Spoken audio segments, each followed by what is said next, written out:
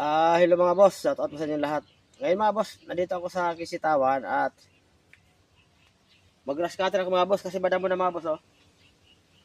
Ito mga boss yung in-sprayan ko ng Grasero noong December bago taniman ng sitaw noong January. So, 3 buwan ang makalipas mula na mag-spray ako ng Grasero. Pagkalipas ng 3 buwan, tinubuan na siya mga boss ng damo ang lupa. At ito na nga mga boss oh. Oh.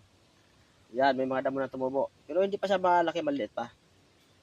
Ngayon, ang gagawin ko mga boss, i-grass cutter lang natin siya. Kasi kung mag-spray pa tayo dyan ng Grasero, delikado na kasi ito mga boss. Kasi ang ugat niyan ay mahaba na. Halos nasa kanal na yan dito, sa kanal na. So, madadaan na siya mga boss ng herbicide.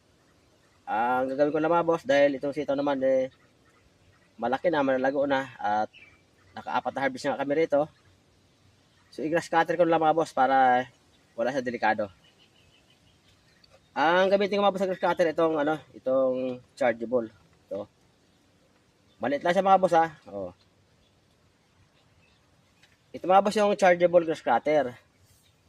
So ngayon mga boss, mag-start na tayo mag-grass cutter. So ang battery niya pala mga boss ito.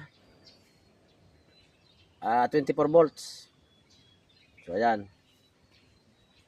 Ito yung battery nitong chargeable grass cutter. So ngayon mga boss, magsimulan akong mag-grass cutter.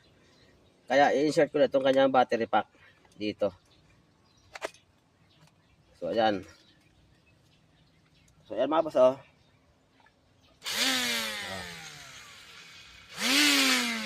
Ayan. So mag-start ako mga boss mag-grass cutter. Ay.